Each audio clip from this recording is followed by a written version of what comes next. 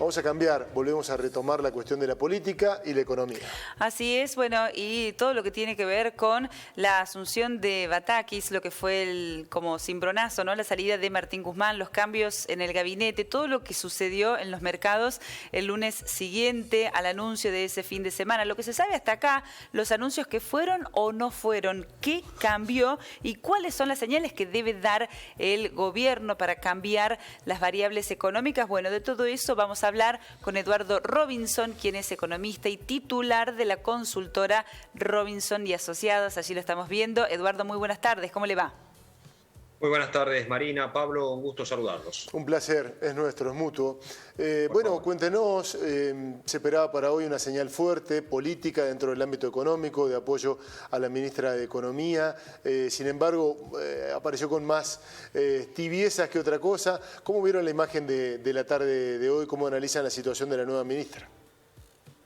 Bueno, mire, Pablo, lamentablemente todavía el gobierno da la sensación de que no logra hacer pie en los anuncios de la semana pasada. Usted sabe que esos anuncios fueron más bien lineamientos generales para despejar dudas que se habían suscitado con el recambio de ministro respecto de si la nueva ministra de Economía, cuál era el rumbo general que iba a tener la economía.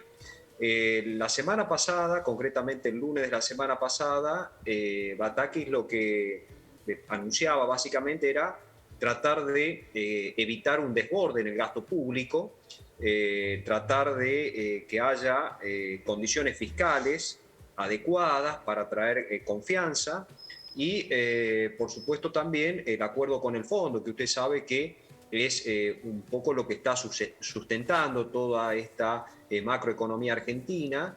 Entonces, ceñirse a lo acordado el 25 de marzo pasado con el Fondo Monetario Internacional. Esto es, tratar de que el déficit fiscal este año no supere el 2,5% del Producto Bruto Interno, tratar de que la emisión de dinero no supere el 1% del Producto Bruto Interno, es decir, los lineamientos, como les digo, generales, acordados en ese momento. Pero lamentablemente, si bien el día martes de la semana pasada hasta miércoles el dólar y las variables financieras habían mostrado alguna estabilidad, por supuesto escalones mucho más arriba, digamos, de lo que había dejado Martín Guzmán, pero después el miércoles por la noche, bueno, el gobierno decidió incrementar un 10% la percepción de lo que va al impuesto a las ganancias y bienes personales en lo atinente a gastos con el denominado dólar turista.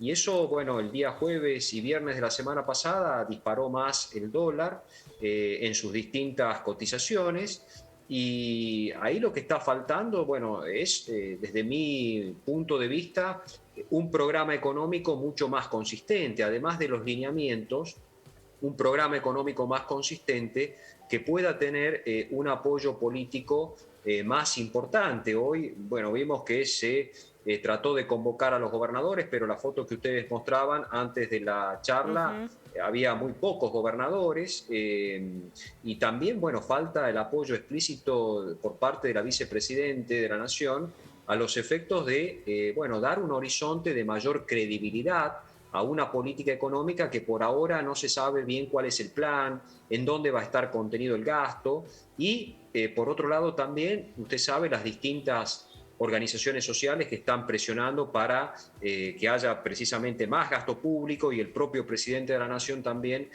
anunciando obra pública o lo que fuese en un contexto que la Argentina necesita de austeridad fiscal, ¿no?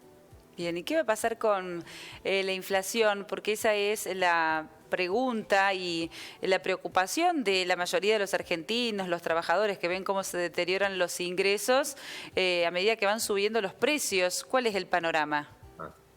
Bueno, el panorama inflacionario, Marina, es bastante complicado porque, digamos, la Argentina tiene, bueno, ya este mes, usted sabe, la primera quincena ya está arrojando, digamos, variaciones de inflación que van a terminar mensualizadas por lo menos en un 7%. Eso está preocupando. Va a ser, si ese número se concreta, va a ser la inflación más alta en un mes desde hace 30 años atrás. Es decir, lamentablemente no tenemos un buen panorama o un panorama alentador en materia inflacionaria si el gobierno, como le decía recién, no logra instalar, presentar y dar lineamientos más finos de un programa macroeconómico que trate de calibrar las expectativas. Y nosotros todos los días nos estamos preguntando, bueno, ¿cuánto va a costar el dólar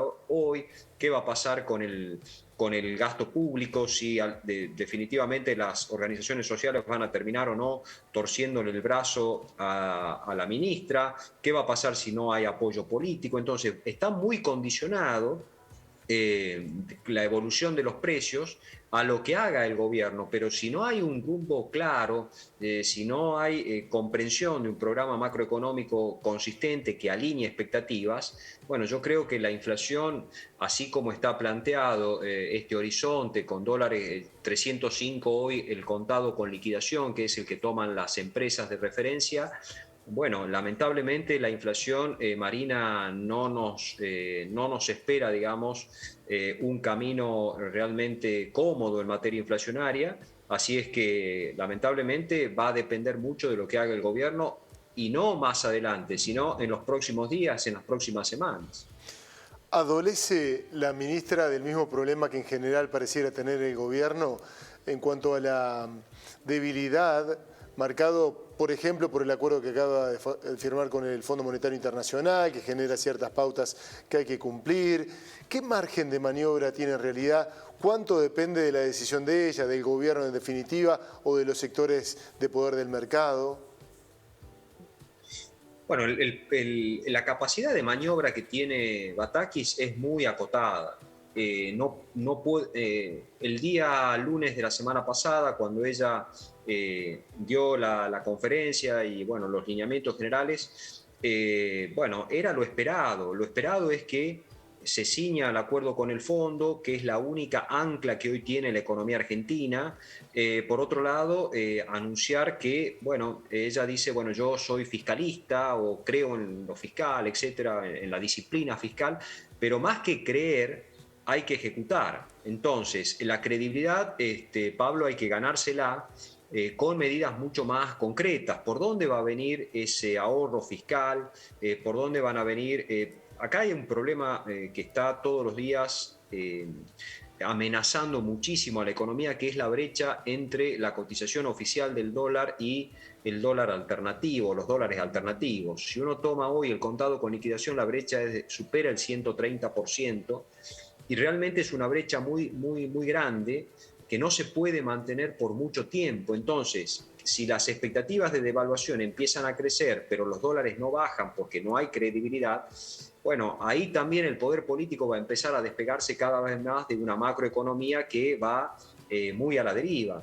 Entonces, acá es ¿qué es primero, no? La economía que marche un poco mejor para que se pliegue la política, o la política que se pliegue a la economía para, en todo caso, mejorar las expectativas. Bueno, este es un poco, me parece, el dilema de fondo por el que estamos atravesando durante estas jornadas, ¿no? Bueno, ¿y cuál es la prioridad? Escuchamos a los economistas no hacer mucho hincapié en la necesidad de dar una señal política, de encontrar un consenso, de generar confianza. Parece que es inseparable, ¿no?, la política de la economía.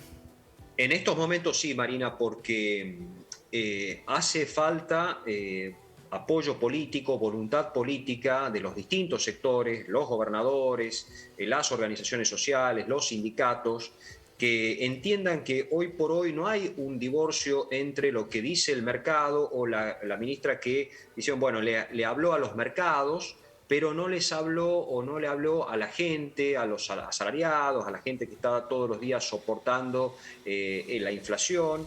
Yo creo que en estos momentos no hay un divorcio entre mercados y las personas, los agentes económicos. Si las variables financieras siguen con esta volatilidad, con esta gran inestabilidad que están mostrando, eso va a repercutir, como conversábamos recién, en la tasa de inflación. Entonces, los más perjudicados van a ser precisamente los asalariados, las personas que reciben distintos planes o lo que fuese sociales, los jubilados. Entonces termina perdiendo la sociedad en su conjunto Entonces no hay tal divorcio entre hablarle a los mercados y acá hay que, me parece, mantener el rumbo fiscal, eso tiene que estar bien apuntalado, pero es lo mismo que en la casa de uno. A ver, hay que bajar el gasto. Bueno, muy bien, ¿en dónde vamos a bajar el gasto?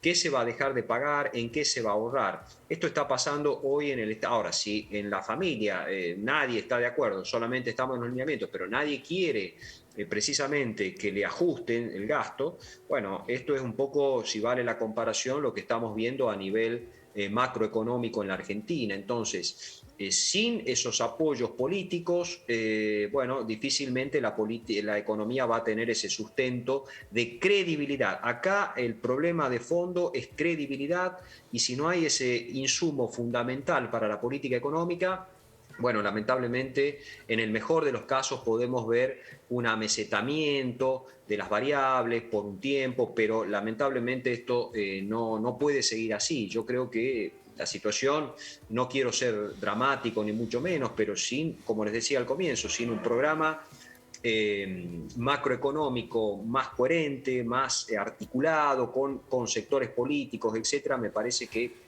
lamentablemente no vamos a tener buenos meses por delante, ¿no? Eduardo, gracias por su tiempo, que tenga buenas tardes. Muchas gracias, Pablo, Marina, igualmente para ustedes, muy buenas tardes, un gusto charlar con ustedes. Hasta luego. Un fuerte abrazo. Gracias, adiós.